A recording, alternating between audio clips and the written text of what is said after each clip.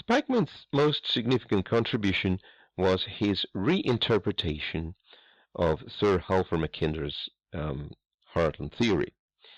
So, as you remember, Mackinder emphasized the dominance of land-based power emanating from the central heartland of Eurasia, whereas Spykman instead shifted focus to what he called the Rimland.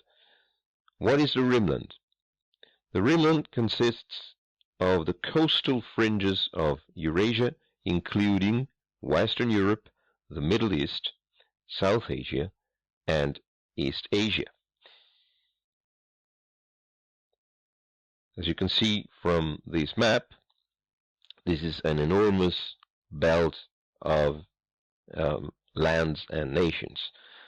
And in Spykman's view, the Rimland was the most critical geopolitical region because it held the key to controlling the Eurasian supercontinent. He famously stated, "Who controls the Rimland rules Eurasia.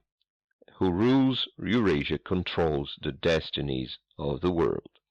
This is very much a geopolitical representation, a geopolitical image that is deeply hardwired, I would say, into the minds of certain strategists who come from the insular maritime world. Spykman argued that a powerful state or coalition controlling the Rimland would have access to the wealth and resources of the entire Eurasian continent.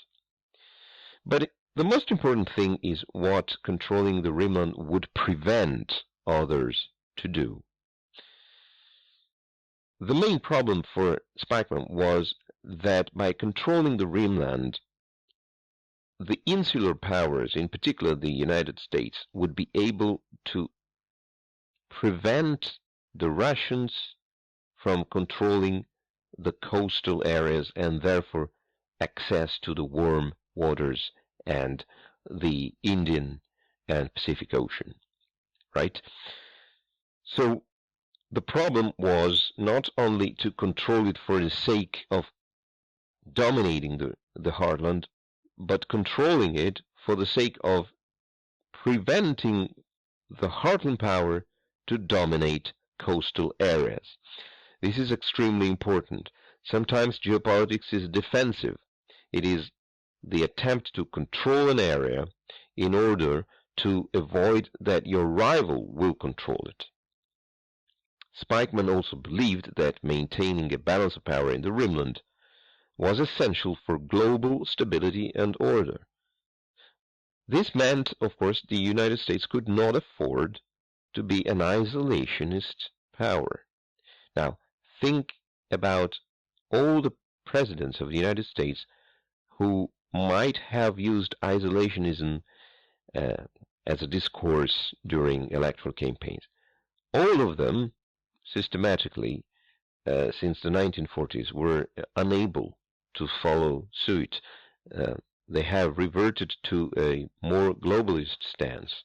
And Spykman's theoretical stance was very much an anticipation of this dynamic. Spykman, for example, rejected the idea of offshore balancing, a strategy in which a power remains distant and intervenes only when necessary. Instead, he argued that the United States had to project power directly into Eurasia to prevent any single state or coalition from dominating the Rimland. This vision was central to the United States' involvement in World War II and also in the Cold War.